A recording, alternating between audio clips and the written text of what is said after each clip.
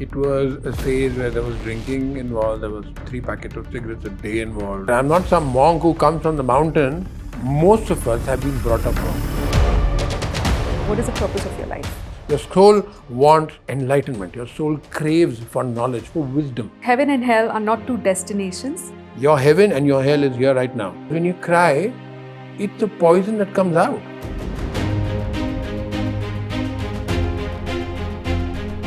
A person is unhealthy because they choose to be unhealthy. You have to be insane. You see, the rules, they are like shackles. They chain you. You don't die of old age. You die of the diseases that come with old age. You've made a graveyard out of your stomach. Your body has become one big bag of poison.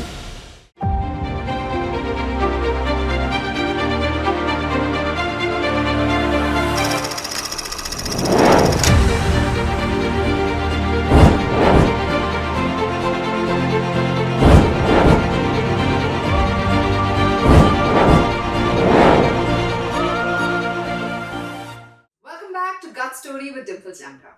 Today's guest is someone I'm really impressed with. In fact, I followed him when I was a child in his movies. Bijay Anand is a prominent actor, art consultant, and now a Kundalini yoga teacher. He also runs the Anahata retreats and has students from around the world joining him on his yoga classes.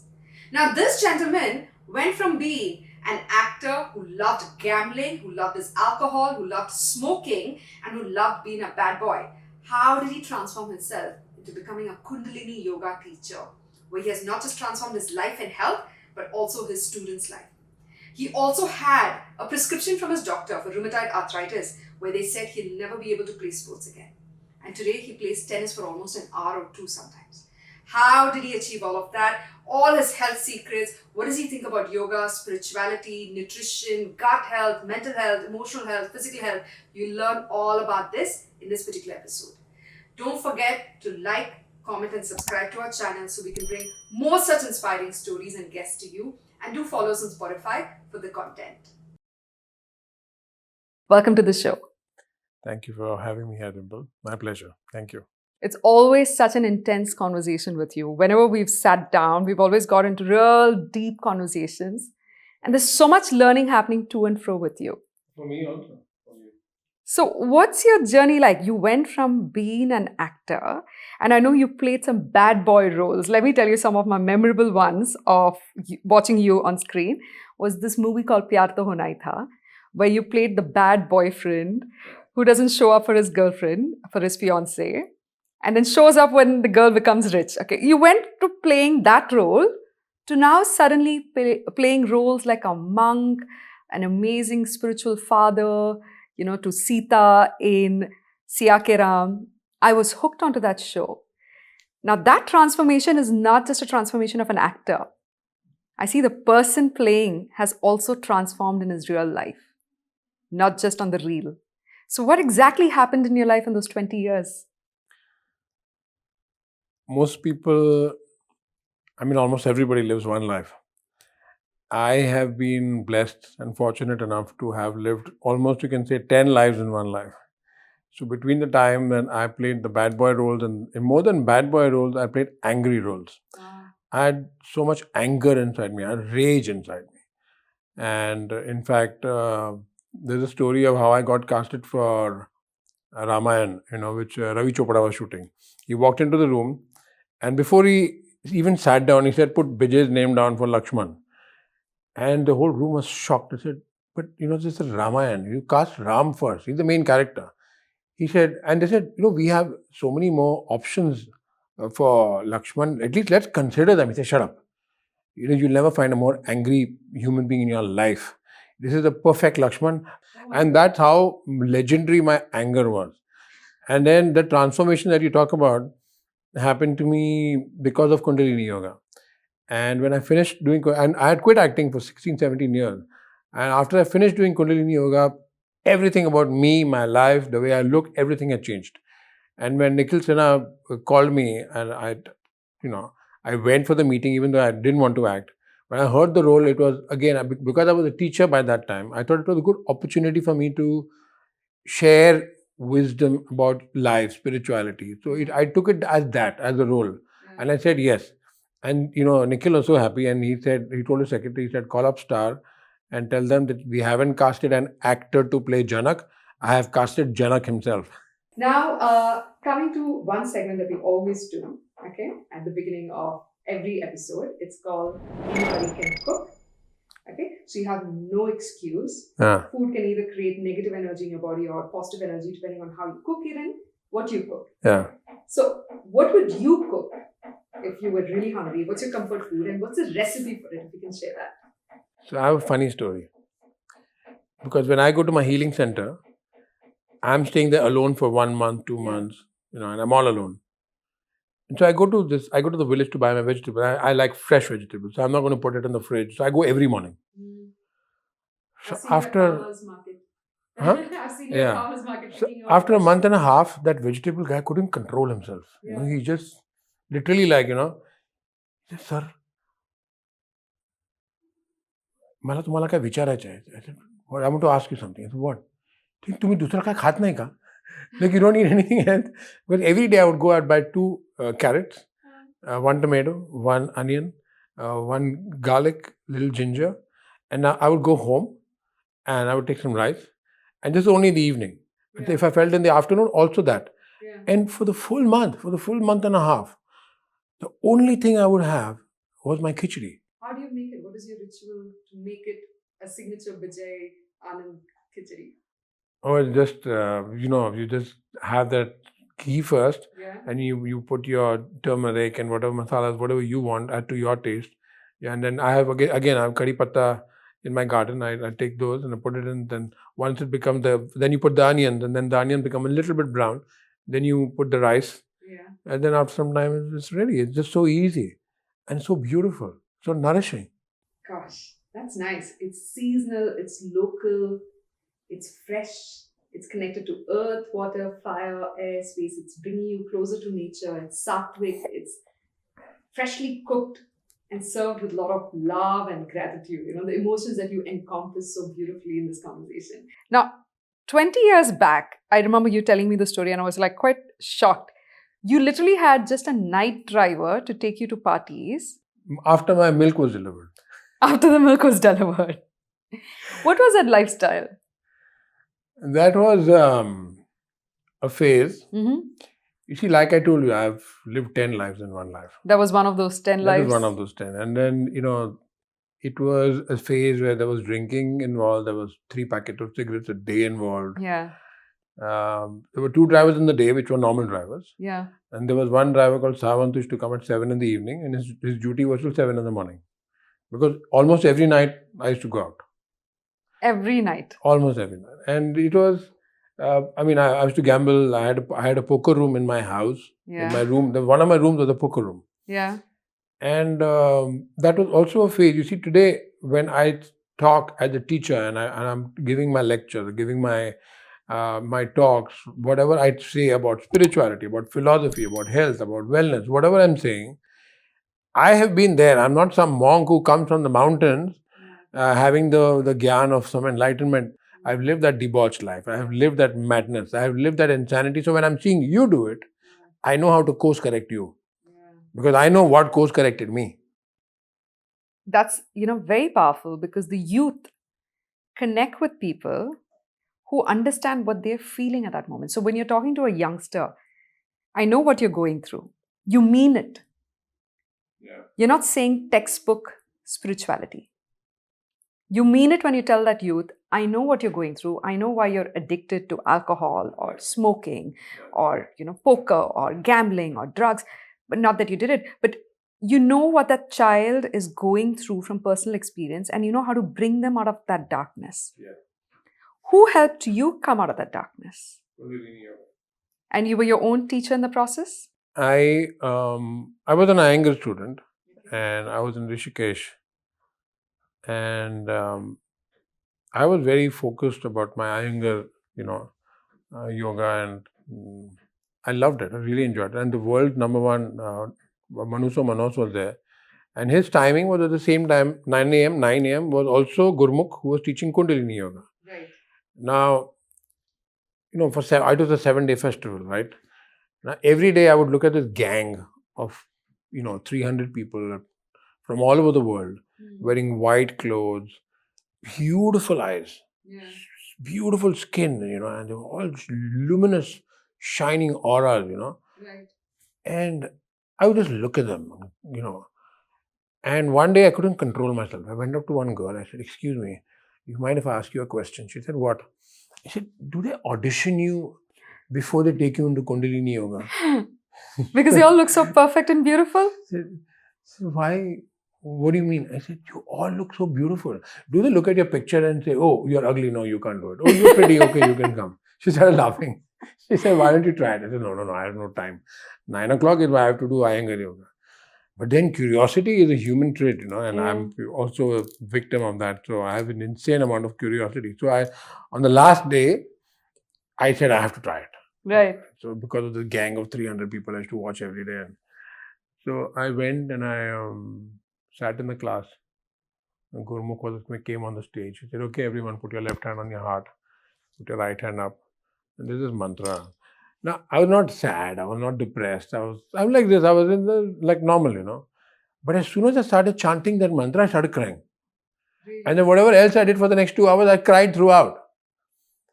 The best part is that when I got up after that class, I felt like I had found home. And even better was when I was walking towards my room, a friend of mine came, from across the road, and he looked at me and he said, "Shit, what have you done to yourself?" I said, "What do you mean?" He said, "Your face is shining so much. What did you do?" After all that crying and the toxicity coming out. Yeah, so that's when I realized for the first time in my life that tears, when you cry, it's the poison that comes out. And even like it doesn't need, you don't have to be sad to cry. When you connect with that sound, with that emotion, and it doesn't need to be sad, you are able to detoxify. That's the power of music. That's the power of art. That's why you can see a dance and cry, see ballets and cry. So anyway, so my journey began with Kundalini Yoga. What I am today, everything that I am today, because of that one session that I did. I put my hand on my heart and I chanted and I cried for 2 hours and I said, "This I want to do." So I did the teacher's training for 26 days, not because I wanted to become a teacher, because I wanted to cry every day, because I wanted to do more of that. And when I finished that 26 days, Dimple, when I came back home, my best friends couldn't recognize me. My face had changed, my aura had changed. Everything about me, my life, the way I was, the way I thought, everything had changed. How powerful Kundalini Yoga is. That's powerful, huh? And it's true that some emotions are so strong, they come out in the form of tears. Yeah. Right? And the physicality changing in the process of you releasing an emotion is real. Now, from what you look like back in the day to what you look like now, I just made a comment before we sat down for the interview that the top of your head is getting more pointed, right? And that's a sign of spirituality. The physicality changes. A lot of people end up spending time detoxifying them physically, eating all the right foods, doing yoga, doing panchakarma, doing Which is also Ayurveda. important, which is why I love what you do. Okay. Also important. And how do they, detoxify themselves emotionally and energetically? Like you're doing the physicality of it, but how do we actually mean it? How can we get into the...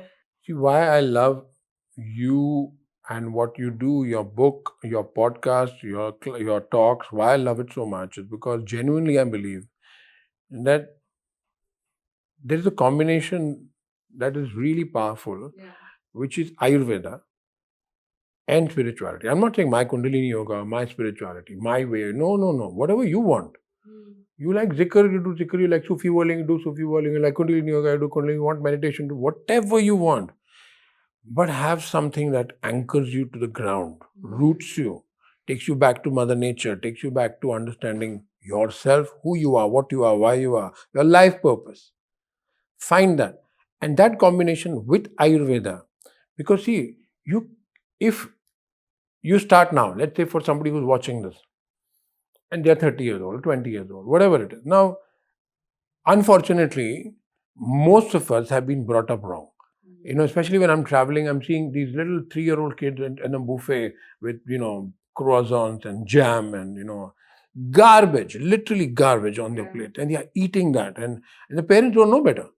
In fact, one school invited me for a lecture and said, how many students are going to be there? She said, 3,000. I said, I'm not coming. Don't call 3,000 students, call me 6,000 parents. I don't want to talk to the students. What am I going to tell them? It's a parent, the conditioning. That's why the first book that I really wanted to release would have been a parenting. I've written it also. So the point is that for whoever's watching this, you have to realize that unfortunately for all of us, we've been brought up wrong. Nobody told me that, I should not stand up and drink water. I should not stand up and eat my food. Nobody said don't drink water with your food. Nobody said how bad alcohol is for me. In fact, some idiots, would actually write and say one glass of wine is good for you. It's not. Not at all. So the thing is, because of that conditioning, because of the bad information, because of all the, the allopathy, because of all the makeup, there's so much toxins inside the body. If you want to go spiritual, this is the important point. If you want to go spiritual now, you cannot, because your aura is submerged and cloaked in that garbage and toxins. Now, where you come in is first, I've always said, you want to go spiritual, you want to be enlightened, you want to be happy, you want to be successful, clean up the gut. Because you see, the gut cleans up and the mind opens up, the mind cleans up. The mind cleans up, your aura cleans up. Yeah. And only when the aura is cleans up and you have healed yourself, will spirituality come towards you. Absolutely. Get the trash out first. Aura starts getting cleaned up, it starts shining. Then then at the same time, if you have a spiritual practice and if you have a hunger to learn, you start expanding the aura. And that's what your soul wants. Your soul wants enlightenment. Your soul craves for knowledge, for wisdom. When you combine that wisdom of Ayurveda and you heal your gut, you heal your mind, you heal your aura, and then you start, that's your first step towards walking on the path of spirituality, happiness, joy, bliss, divinity, everything beautiful known to man. Heaven. Right. That's your heaven right now, not after you die. The biggest fallacy that religion has given you is that you will go to heaven after you die. And they keep you in that mirage, which is never going to be happening because it's a mirage. Your heaven and your hell is here right now. You are a good human being, you have good karma, you're a kind human being, you don't hurt anyone, you don't cheat anyone, you are living in your hell you're living in your heaven right now. And if you're doing anything wrong, you hurt anybody, even if you hurt one soul, you will see what hell is here, not after you die. And for any reason, if you die without paying for all your karmas, you're going to be born again to pay for them. Reincarnation, right? For sure. You see, at the end of the day, I am a firm believer. I'm not even like, I know reincarnation exists. I'm not asking anyone. I'm not looking at some book or some guru who has told me that I believe in it from my own life. I know what happened to me at the age of 3. I know what happened to me at the age of 7, at the age of 12. And it was all because of my past life. And people who have met me, who do face reading, who do aura reading, they have told me what I was in my past life. And I know it to be true because I'm experiencing all of that now. You experienced trauma as a child, as a teenager, Severe as an trauma. actor. What kind of trauma was it, if you want to share? All kinds. Like, I had to get thrashed, living daylight out of me from my parent, from my father.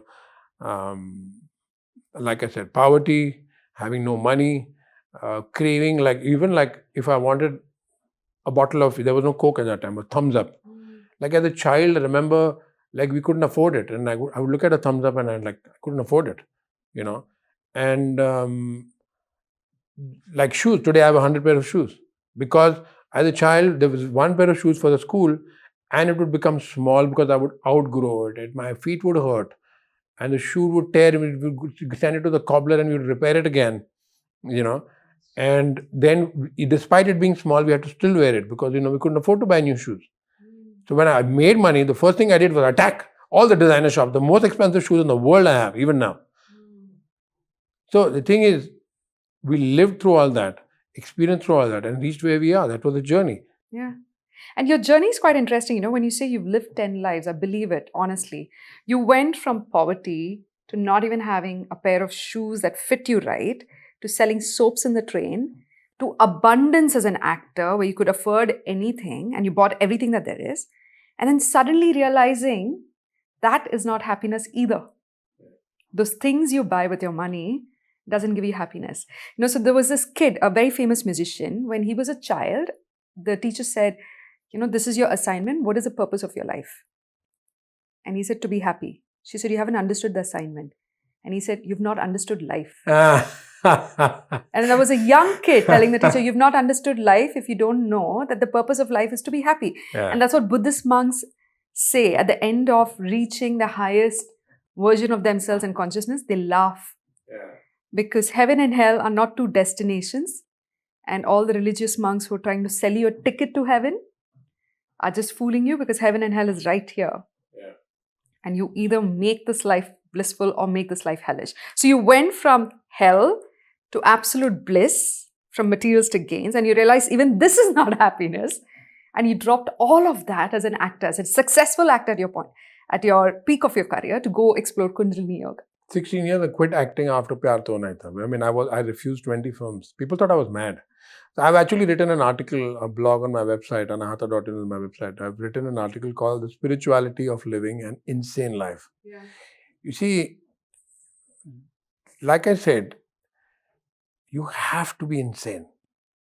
There's a beauty in it, there's a spirituality in it. The problem is we try to conform to society, to what the priest is saying, to what your mom and father, your mother and father expect out of you, to what society expects out of you, to do this, to do that, to get married, to all of the things that society expects, the rules. Yeah. I broke all the rules. And that's the reason why I am where I am. You see, the rules, they are like shackles. Yeah. They chain you. And when you look beyond the rules, when you step out of the matrix, so the rules are basically keeping you trapped inside the matrix, inside Maya. And when you break out of the matrix and you go beyond what Maya is showing you, the illusions, and you just live your life out of your passions. So what is this Kundalini Yoga? For a person who's never experienced it, because we have audience in 139 countries. And for some of them, this word is Greek and Latin. What exactly is this Kundalini Yoga and how did it transform you? You've gone through like many chapters in your life. Before I tell you what it is, let me tell you what it is not. Okay. Okay, it's not these two serpents, lying dormant at the base of your spine, and you activate them and they start coming up your Shushumna and, all that mumbo jumbo. This is not what I teach. This is not what Kundalini Yoga is all about. Kundalini Yoga is the science of healing yourself, of trauma, of pain, of grief, sorrow, anger, what I had. The Kundalini Yoga is a science where you heal your soul. Yeah. You detoxify the soul. Ayurveda, you detoxify the body. And the next step is you go to Kundalini Yoga and detoxify the soul.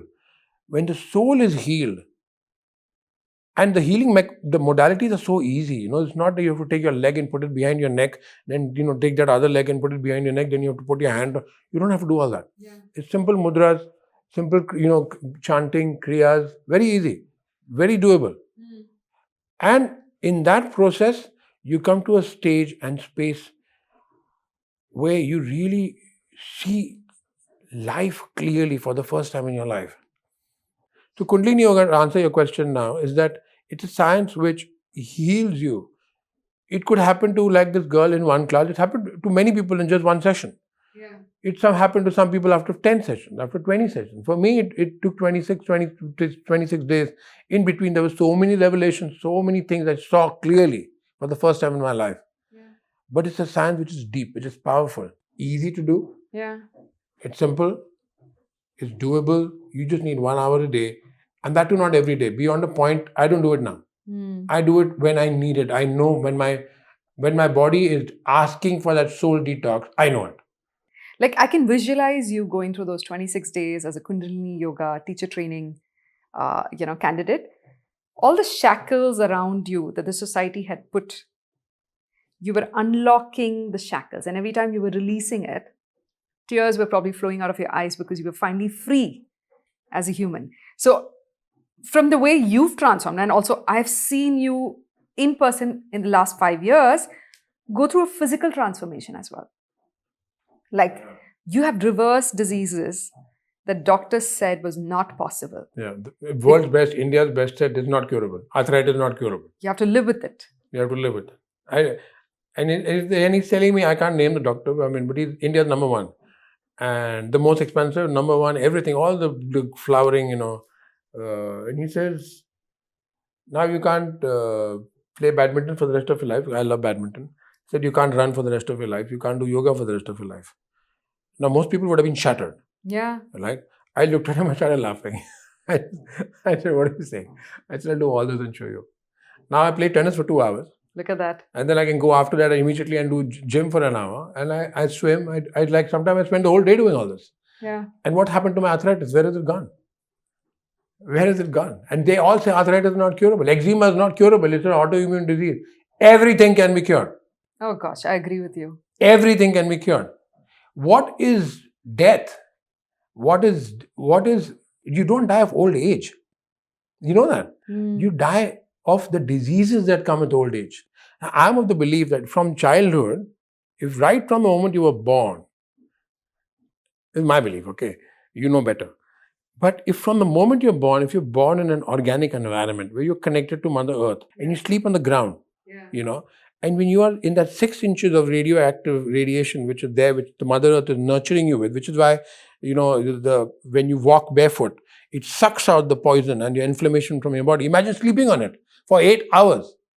And if you are brought up from the childhood in that environment, in nature, you're eating natural organic food, you're having a bath in a river which is mineralized, you're meditating, you don't have stress of job, you have a good life, all of that is happening.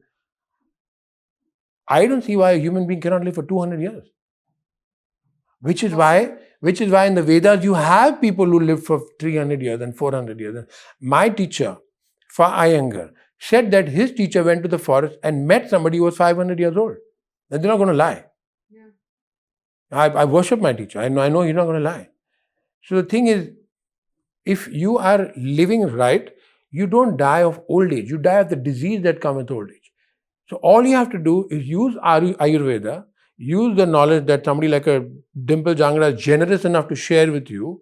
No, seriously, I'm not doing this to flatter you. I swear to you, I love what you do.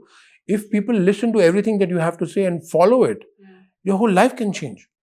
And then you combine it with spirituality and you go to the next level.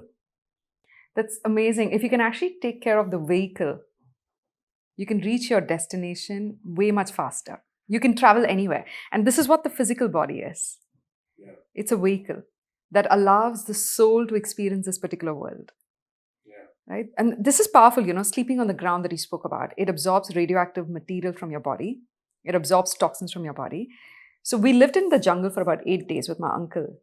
And the tent that we lived in, on the last day we were cleaning it and the floor started turning red the more I was sweeping. I was wondering why. She said, oh, it's made of cow dung. I said, I've never slept better in my life. We slept on red clay, cow dung, flooring, and we slept so deeply. There was no toxins in the body. And now with the city life, obviously, we're not getting that grounding. How important is that grounding, and what are the other techniques we can do while we're living in the city to continue grounding ourselves? One is Ushapan. Ushapan. One of my favorite. Oh my God, I swear by it. I think it's phenomenal. Yeah. The first thing I start with Ushapan. I sit with such a big bottle and then I'm drinking one glass, then I'm doing yoga asanas, I'm doing Surya Namaskar, I'm doing, Malasana, I'm just doing all kinds of twists and, all that. Then I'm drinking one more glass, then I'm doing again my asanas. And then finally, when the detoxification that happens at that stage is phenomenal. Why would you choose to be diseased? Yeah. You're putting in the ground the seed of a mango and you're expecting a chiku to grow. How is that going to happen? So this is very interesting. I had this one Ayurveda doctor who came to me from the south, and he was like a very learned man. He had these 3 tikkas, wore white clothes, and he looked luminous. Yeah. And I touched his feet and he took my pulse. And he said, sir, one request, sir. I said, what? Please stop watching TV when you're eating your food. I said, oh shit. He felt that from your pulse? I said, Oh, you gosh. can make out from my pulse that I watch TV when I eat my food? He said, sir, I can tell you what channel you watch. I said, what? Tell me. He said, sir, you only watch the news. So this guy who took my pulse, he was so learned. And then when we started talking, after we were done with all my medical things and all, he said, what do you want to do with what your knowledge is, your spirituality? I said, I'm going to heal the world. I'm going to help billions of people before I die, and I'm going to do this. He said, sir, people are unhappy because they choose to be unhappy. People are unhappy because they choose to be unhappy. People are unhealthy because they have chosen to be unhealthy. Nobody is to stop you from seeking happiness. You are seeking comfort. You're seeking a basic salary to pay for your rent. That's what you're seeking. You're not seeking happiness. There have been, Buddhas and reincarnations of gods in various forms, and they were not able to cure the world because the world does what it wants to do anyway. The ones who are seeking enlightenment, the ones who want knowledge and wisdom and are ready for it, they will come to you. You help them. But don't think you can change anything about anybody. In the world, you cannot. This is actually very powerful what you said. A person is unhealthy because they choose to be unhealthy. A person is unhappy because they've chosen to be unhappy. And then they keep making excuses to not change. So I learned this the hard way. In the beginning, even I set out, I'm going to change the world, I'm going to heal the world, and da da da. And I said, okay, you know what? I can only give advice when the person sitting in front of me is willing to receive that advice. Yeah. Otherwise, you're talking to a blank wall. Yeah. So unless a person has actually made that effort to go through all the content and figure out where they went wrong, and then they come to me for a consult, and then ask them, what changes have you already made before coming to me? Exactly. Because that allows me to determine how serious that person is for change. Yeah. And that allows us also to determine how much change we can actually bring into that person's life, how much advice we can give, which that person is able to follow. So you've met a lot of CEOs and CFOs and businessmen, businesswomen, athletes, actors coming to you to learn. In your experience, what was the most challenging part for you as a teacher?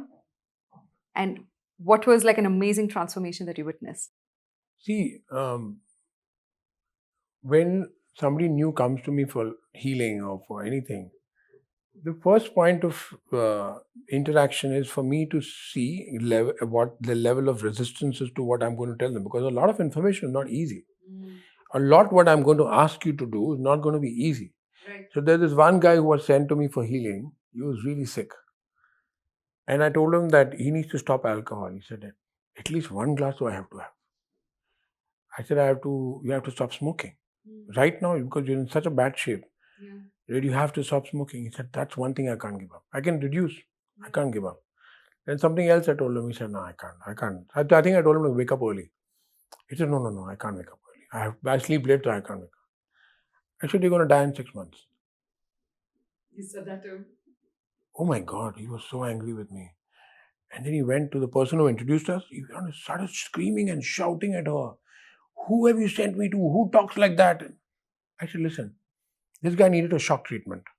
Yeah. Now, normal placebos are not going to work on him. So I told him a fact. And I genuinely meant it. That's why I said it. And I'm only trying to help him. Yeah. Because, he's saying no to this, no to that. And, it's not my life, it's his life. And anyway, I saw him after 4 months outside Leelavati Hospital. He was being wheeled out on a wheelchair. When he came to me, he was fine. He was like this. Oh no.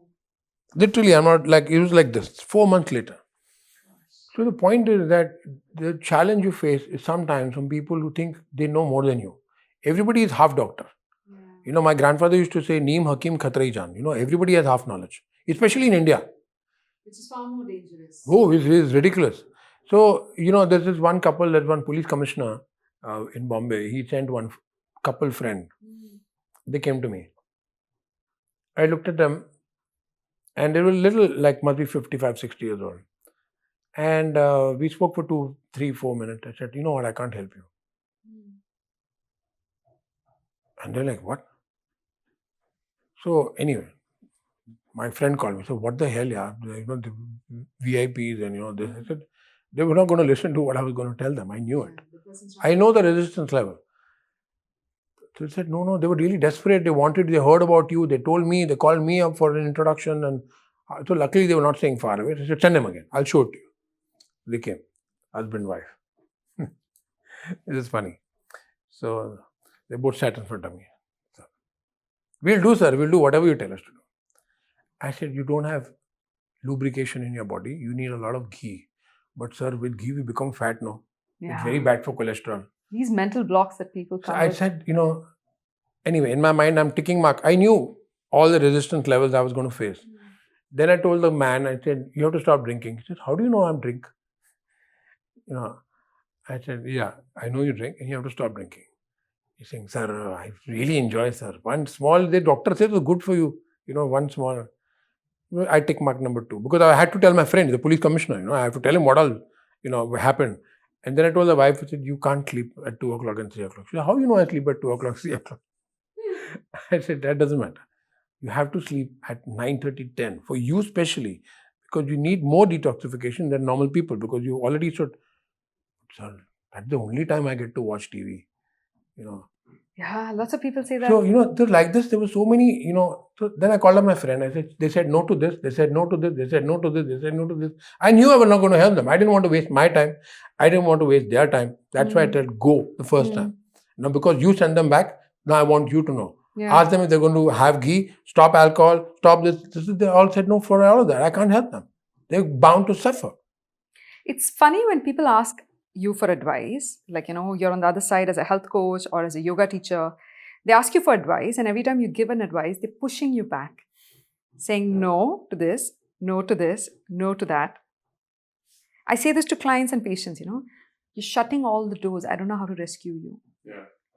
Like you've just wasted your money by coming. And when that shock happens is when they're willing to open up suddenly. Yeah. Now, what do you do? And people are like that. So many times I come across this kind of resistance. So many times I'm telling them, this is not good for you. This is not good for you. This is not good for you. And they just don't want to change. There was one girl I met recently whose signature was a disaster. I do feng shui of signatures. Yeah. She signed her name and she crossed it out. I said, you have to change it. She didn't. What do you do? What can you do? What can I do? A person who is not willing to change, no matter what good advice you gave, it's of no use. My grandfather's best friend would talk to me like I'm of the same age, and they would talk to me always as an equal, and he said something very powerful to me, and that stayed with me. I said, my brother's doing a big mistake with this business partner. He's going to get frauded, da, da, da, da, da. He's like, your wisdom is great.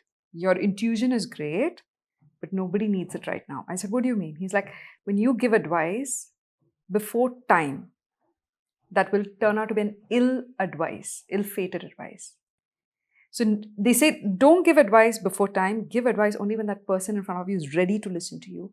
Till then, don't. Watch them. They have to go through that suffering to come to that realization that what they were doing was wrong all through. And that advice stayed with me. And after that, I realized, I was like, wow, my job is to heal myself, collect a lot of wisdom and knowledge and intelligence that I can from the Akashic records, from all the great teachers that I'm sitting and interacting with all through my career. And when the right time comes, I give the right advice when that person is willing to listen. That one little thing changes. I feel if I don't do it, it's bad karma. Yeah. And it's That's okay. what Krishna if I do said it and to you don't want to Arjun, listen to me, right? it's fine. But if I don't tell you and if I don't give you that information, you might hate me for it. Yeah. I don't care. Because for me, I feel if I don't tell you that, this is something that you're doing, this is bad for you, I think it's bad karma. That's your ikigai, your purpose of life. To bring change wherever you go. A positive change. And that's what Krishna told Arjun. It could be your cousins on the other side, your relatives and your uncles on the other side that you're fighting. And you choose not to fight them because you don't want to hurt them. But it is your duty to do the right thing. And this is the right time. So sometimes as a stranger, you're walking past people and you say something powerful and leave. And you could change that person's life forever. It's happened. That also will happen many times. The destination changes forever for that person, And I keep saying this to clients also, 1 degree change in your life, 1 habit changed. The compass has shifted 1 degree, your destination has changed forever. The butterfly effect. The butterfly effect. And you are a testimony to that yourself. Your personal life is a testimony to that. One little change. You went from like gambling and drinking to suddenly becoming like this yogi who decides one day, no more alcohol. Right? Your life is a testimony of that butterfly effect. Yeah.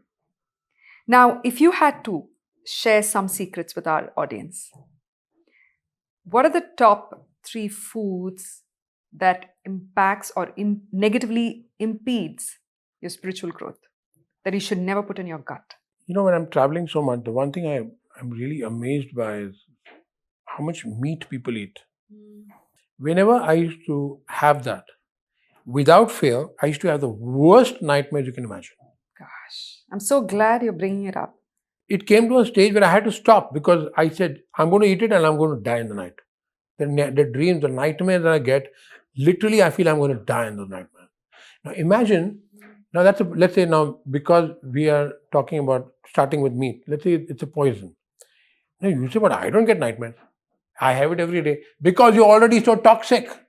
You have had it your whole life. Your body has become one big bag of poison. That's why now when you're putting more poison in it, you're impervious to it. It's not that you're above board and that nothing's going to happen to you. It's already happened. So when I'm teaching in Manchester, I do this festival in Manchester where I'm going every year. And I tell them, I said, I'm teaching here. There are 300 people in this class. You all do yoga. You eat organic food. That's why you come to my class and you're all fine. But the moment I get up from here and I leave out, I see only dead bodies. I see zombies. Because now after the meat comes the alcohol. It's a culture. I mean, in the evening, especially when you go in Europe, in a place like England and in all of these places, everybody congregates at a bar. Everybody's having these big jars of, chilled beer. You know what it does to your pitta, to your agni. Yeah. I'm looking at them. They look like zombies. The apocalypse has already happened. They're walking dead bodies. Meat, along with the alcohol, not getting digested. The obesity that is happening. So I would start with meat. I would put alcohol and, the agyanata of drinking overall, even if it's chilled water. I don't know when the last time in my life I had cold water. Yeah, for me, that's like... It's poison. Literally switching off the campfire inside your stomach. There's a digestive fire and, a lot of modern doctors make fun of it. Yeah. But there is a warmth inside of you which keeps you alive. At 0 degrees, we're as good as dead. And you're diminishing that source of life, that fire inside of you with every sip of cold water and soda. And the third thing I would put in my top 3 would be chemicals. In any form. Like from a nail polish to a lipstick to a medicine to a vaccine to a sunscreen, sunblock, any chemical, anything that comes out of a factory, I don't want it. I'm not interested. I don't want to know what it is for. I don't want to know how good it is for me. At the peak of the pandemic, this journalist asked me, are you vaccinated? I said, no, I think it's a scam. And then from the Times of India to the Hindustan Times to you name the newspaper in India, Nav Bharat, Dainik Bhaskar, every newspaper carried it. This actor is saying that this is a scam. He's not getting vaccinated. So I had thousands and thousands of people saying, we are with you, we agree with you, this is being forced upon us. And then I had thousands upon thousands who also wrote to me saying, you're an idiot, you think you know more than scientists, there is written data about this, there is...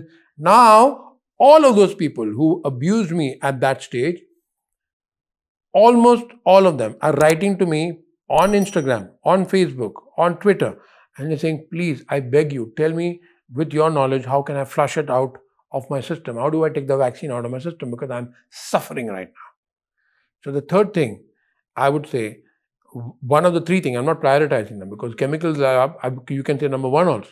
Yeah. Anything that's a chemical. Now, some seem so harmless. You have in India we have help. She takes a bucket of water, she puts some chemical in it and she mops the floor with it. Now you're walking on it. Now there are so many cures where you have to, like, I know that so you put ginger in warm water and you put your feet in it. It has a certain effect on you. After half an hour, you can taste the ginger. It's going inside your body. Now that chemical which she put on the mop and she put on the floor, it's a chemical.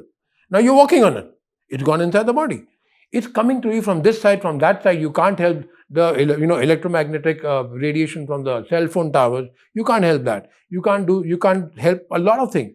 But what you can help at least do, the more chemical you are shoving inside your body from this side and that side, left, right, and center, it's all coming down to killing you in a very bad way, in a very nasty way. You just have to be aware of that.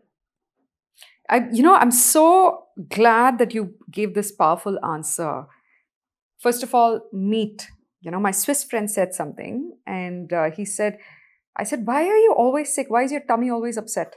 And he was living in India. He said, yeah, I guess it's the meat. I was like, why? He's like, this is where all the dead souls are hanging. And it's a Swiss friend who was eating meat and told me that, all the dead souls are hanging here. You've made a graveyard out of your stomach, and that's why my tummy is always upset and I'm always sick.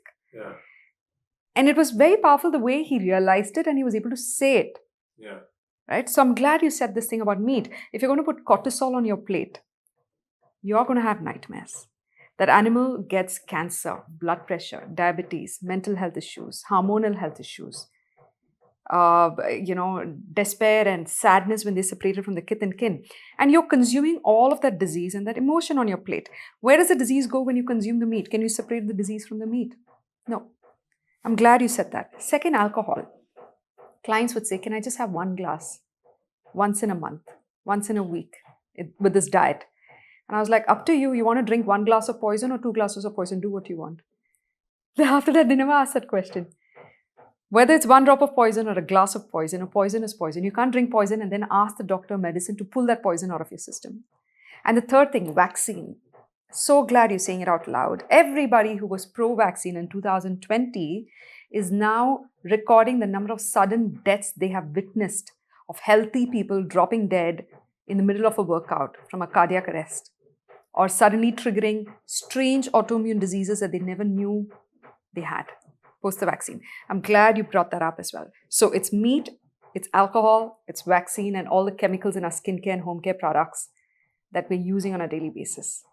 Now, this is the negatives. What are your top 3 foods? I know one of them already from your Thailand trip that you kept talking about. What are the top 3 foods that you absolutely must consume every single day to open your Kundalini or your energetic and spiritual health?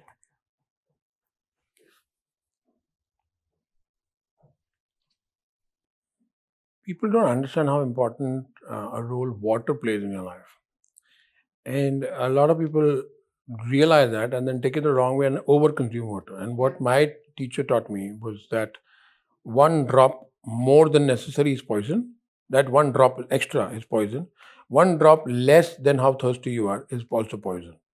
So there's a certain amount of water which you must have every day, which nourishes your skin, your eyes, your blood, your everything.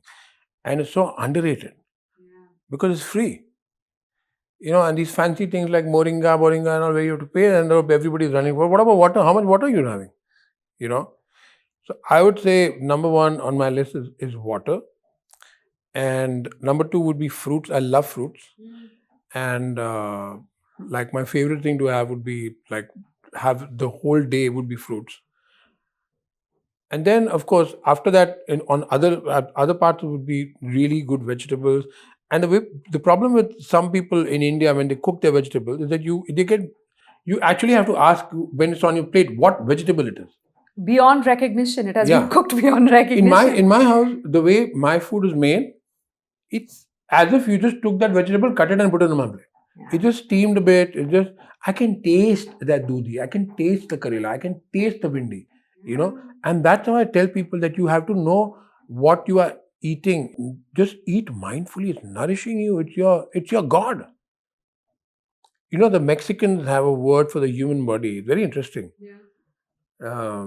The Mayan civilization, not the Mexican. So very like 5,000, 10,000, 20,000 years ago, they had a word for it, the human body. And that word is alpakamaska. It means moving earth. Alpakamasa. Alpakamaska. Kamaska. It means moving earth. You are nothing else but earth in motion. From the time you were a sperm to the time of where you are now. What are you? except all the dhatus which have come from Mother Nature. You have eaten them, you have had that to drink, and that's what made you what you are. You are nothing but Mother Nature. Your connection with Mother Nature cannot be denied by yourself, by anybody. And then if you're not connected with Mother Nature, if you don't feel for it, if I have to give one advice to people who are watching this podcast, if I have to say one thing to them, only one thing, to live in gratitude. I wake up in the morning, as soon as I put one foot down and I put my second foot down, I fold my hand. The first thing I've done for the last so many years now is just pray to Mother Earth, thank you for everything you give me. I am your child. Thank you for being my mother. Thank you for blessing me with the knowledge that you give me. Thank you for being able to, for me being able to help others. The only thing I ask from you, because I don't ask Mother for anything, just so that only thing I ask her that I may be able to help more and more people every day. And that's all I ask from her. So powerful. And gratitude is the most powerful thing in the world, that's for sure. I'm so glad you said that. Because most of us, have gone through that phase of manifestation. Yeah. Now, I do believe in the word manifestation. In the corporate world, it is called strategy. You make a strategy and then you go and achieve what you want, right? But the problem with manifestation now is a lot of people feel entitled. They're sitting like a couch potato at home and they're trying to manifest the best life and da-da-da-da-da-da. They're trying to manifest things they don't deserve. They're not willing to put in the hard work. They're not willing to earn it or pay the price for it. And nothing comes for free in this universe. Nothing comes for free. Everything has a price to pay. So you could buy some of the most expensive clothes. Now you have to buy expensive laundry detergents and products, and you have to spend at least an hour every day taking care of your clothes now. Yeah. Are you willing to pay that price? I'm glad you said that. I love the 3 positive ingredients you gave, and you topped it off with gratitude. There's water, there's fruits, there's vegetables. 3 things that takes you closer to nature, not away. And then you sprinkle it with a lot of gratitude. Now that's the most powerful emotion human beings can experience. For sure. I thought it was love, by the way. My whole life, I thought it was love. My whole life.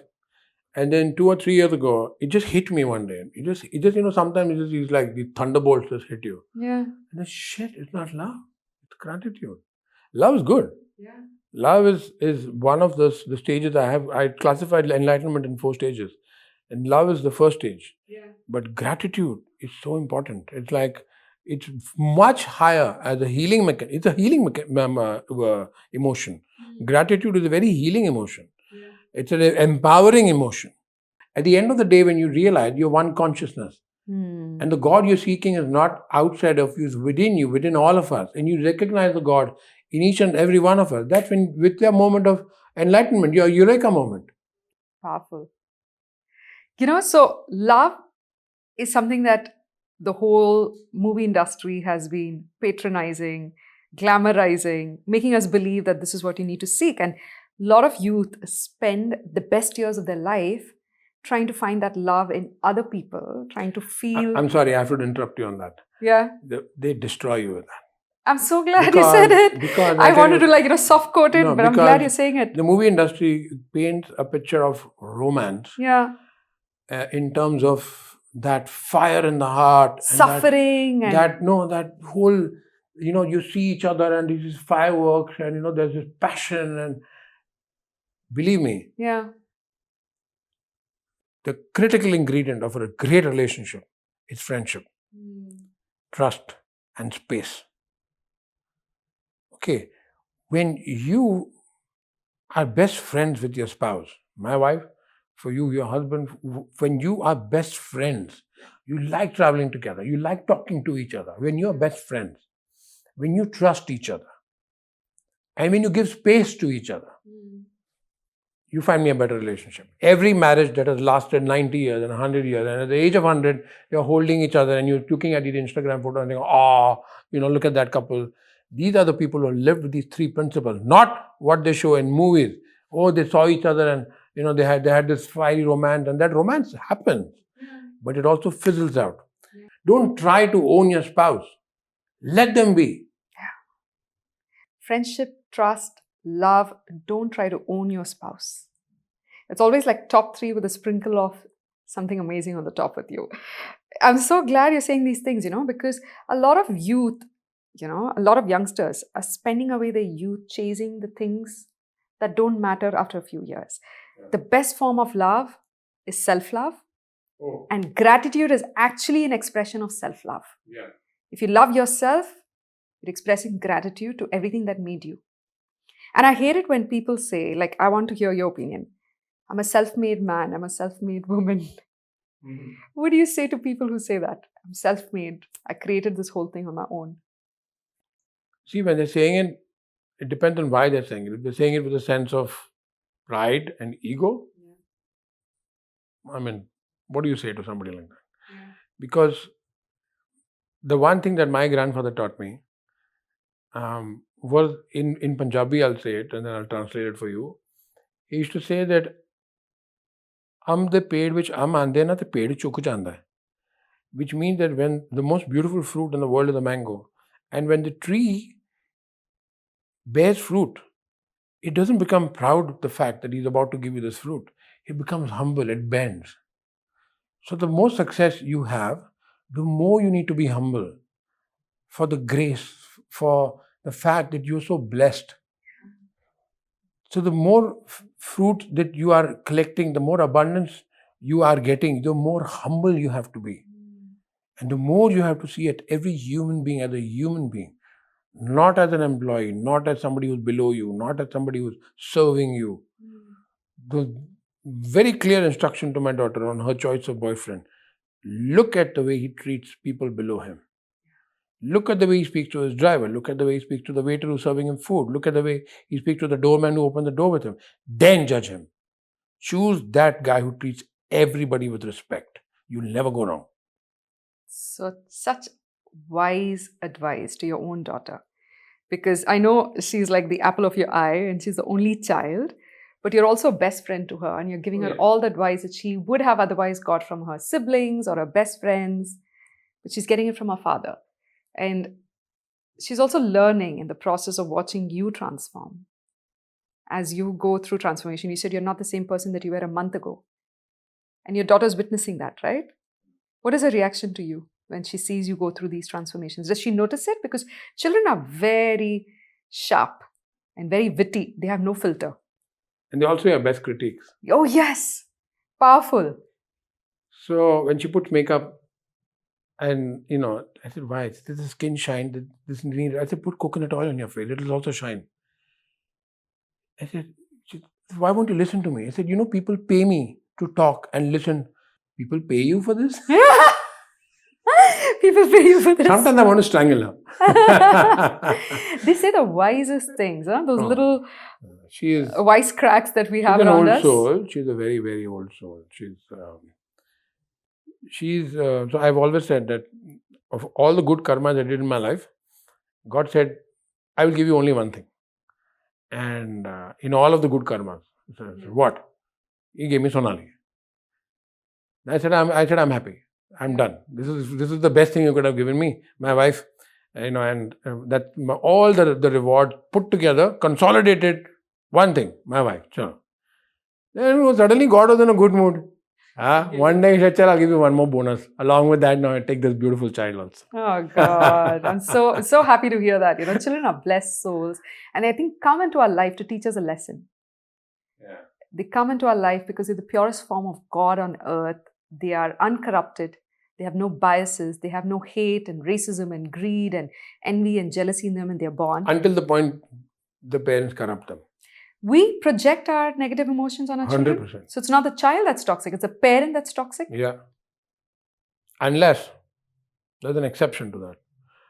Unless you have come with such a powerful aura from your past life that you're able to override that, which happened in my case. That's why I can talk about it. Because my parents are very toxic, my mother especially.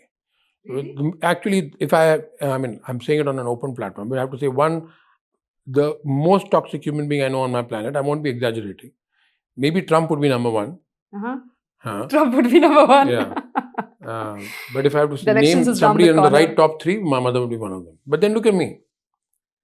I come from a past karmas. That's why I was able to override it. But in most cases, when your aura is not coming from a past life of power, you get overridden and overwhelmed with that negativity, and you also become negative. That's why I don't believe in genetic diseases. When they say, oh, grandfather had it, father had it, you will also have it. I said, no. It's if you've chosen to live that same lifestyle, the same thought process, the same ideology, and if you're living that, that's what is giving you the same disease, because you're living that same life. If you break from that, now my entire family from both sides, cholesterol, Parkinson's, I have none of it. I have zero cholesterol because I broke away from that. So I don't believe in genetic diseases. Yeah, if you eat the same foods and make the same mistakes your parents did, you'll have the same diseases. Exactly. A plus B is equal to the same result that your parents had. You're not Yeah. going to get a different result. Yeah. People keep doing these formulas and expecting a different result.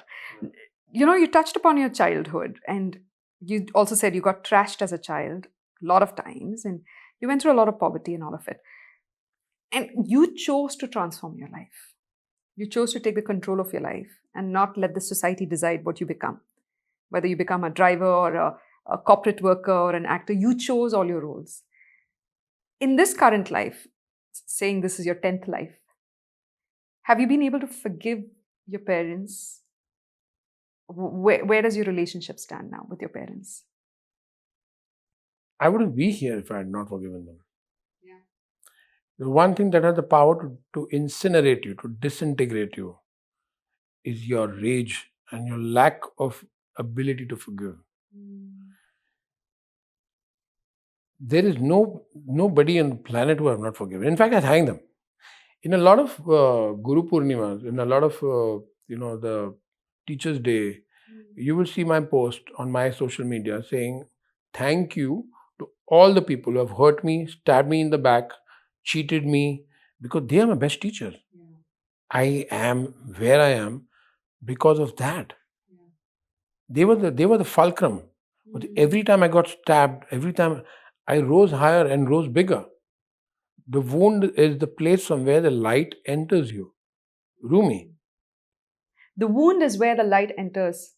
It's, I think, for me, one of the most beautiful quotes of Rumi. I quote that a lot. The wound is the place from where the light enters you. The pain in my heart that you gave me, that wound, that's my light, that's the place where light entered. Now here is the problem. If for most people, when you get that wound, when somebody hurts you, you hold on to that wound and you don't allow the light to filter in, and you're just crying, feeling sorry for yourself, hating the other person, hating your life, you're just so miserable all the time that you allow that pain to incinerate you, to destroy you. So you have two choices. You can allow that pain to destroy you and incinerate you and just like finish your life off, or you can rise above the pain, which is what I did. I use all the pain that I got in my life to rise higher and higher and higher, which is why I am where I am. I couldn't put the words to what I was feeling, and I was so grateful that you could, express it so beautifully. I would keep thanking the people who had hurt me. If it wasn't for them, I wouldn't have evolved into the person I am today, right? And people thought it was weird. Why would you thank the person who's hurt you? This makes sense because the person allowed me to experience a wound through which the light came into me. And if I'm going to hold on to that wound and clench and cry about it, I'm preventing the light from entering my body. But if I release the pain or embrace the pain, I allow the light also to flow through me. And just learn from that pain. So many people write to me on Instagram, but you talk about karma. What about that person who's hurt me? Why is he not suffering? I said, maybe he's not hurting. Maybe he's trying to teach you something. Maybe God sent him to teach you something and you're not learning it. That's why he's keeping on hurting you.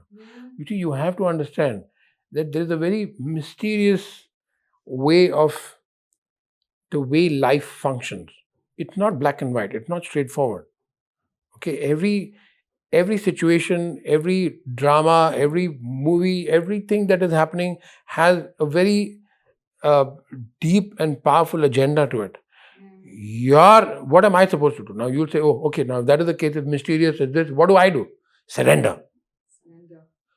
You have no option. And not surrender meekly. It's not surrendering out of a situation of weakness. surrendering with an emotion of power. I'm surrendering because I know that there is light at the end of the tunnel, because I know nothing will happen to me. I'm not surrendering because I'm scared. I'm not surrendering because I can't do anything about it. I'm surrendering to the flow, the energetic flow of what life is taking me through right now, and I'm allowing that flow to happen. You have to understand, because people are not surrendering, they're fighting it, they're saying, why is this happening to me? And they're struggling so much that their struggle makes them weak. The first rule of drowning is that you stop struggling. Yeah. The first rule of drowning is that you surrender to that current and allow it to take you to the bank. I did that my whole life. I just surrendered. I never surrendered out of weakness. I allowed my life to take the course it was taking, and I just flew with it. I just swam with the tide, with that current. I never tried to fight it to what I wanted at that time. We're so hungry and restless, waiting to achieve what we want quickly. We want everything fast. That's why we're fighting the current, trying to tell the river, no, I don't want to go this direction, I want to go this direction. Like you're trying to make all the decisions in your life and too early. First, you let life teach you all the lessons. And then when you've mastered life, then you make the decisions. You're the captain of your ship. Then you decide which way the ship goes.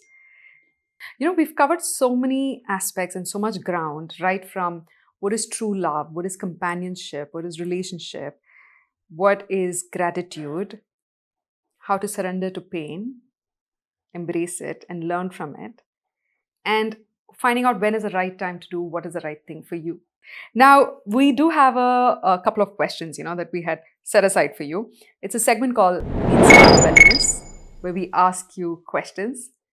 Not that we're looking for instant results or instant gratification, but instant answers. If you can give me short or long answers, however you like, it's more like a rapid fire, but instant wellness. Okay.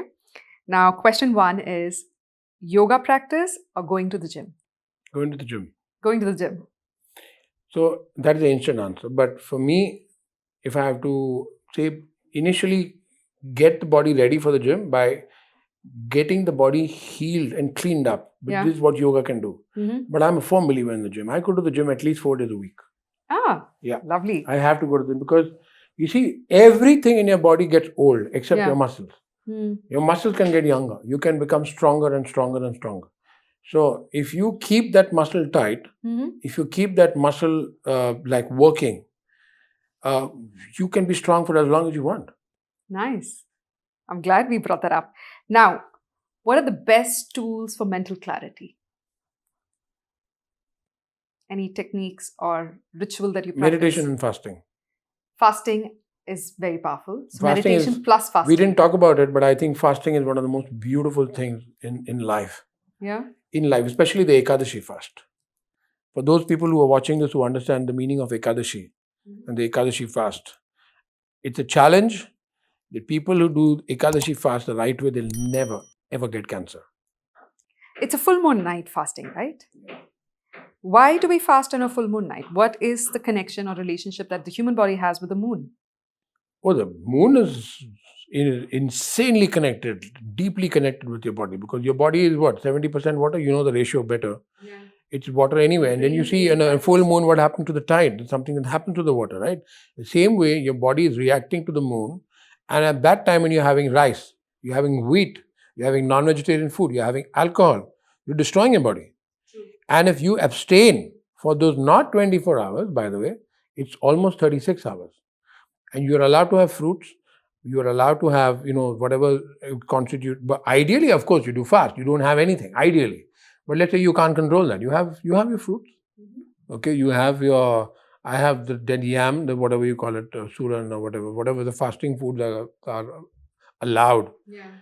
But fasting, the clarity it gives you of the mind, the power that fasting has, it's insane. It's like, I can't believe that they don't teach it in school. Fasting.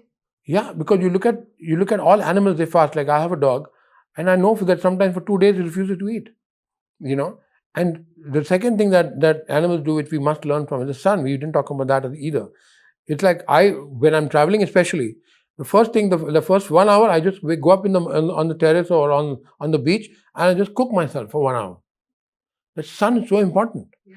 Even if there's a one ray of light coming into my room, my dog will find that way and just sit on that. Yeah. Every animal does it, except See human of beings. nature. Except human beings. Yeah. And you need the sun on the navel, Mm. you need it on the Ajna chakra, and you need it on your spine. These three places you have to make sure that they get sun. Interesting, because when you see the Indian attire, men would be bare chest with the lungi or the dhoti, and women would wear a sari and a blouse, exposing the midriff. Yeah. So they could get the Everything sun. in India is scientific. Like you wear gold because when that gold leaks into this nerve, which goes from here into a part of the body where gold is needed. That's why below the body they wear silver. So everything in India is so scientific. The fact that we do namaste instead of shaking hands, because when you're shaking hands, you're passing energy. The same way in India, traditionally we didn't have shirt, pant, and jacket. Yeah. Because when you're wearing the loose attire, your aura is more free to flow and heal itself, and it's doing what it's meant to do. Mm. With these constricting tight clothes which come with fashion, it's creating one more obstacle to wellness. We spoke about earth, water, fire, space in our relationships, in our earthing, in our well-being, physical well-being. What about air? How do you use air for well-being? Well, I'll tell you what I believe, in which context to take air as a well-being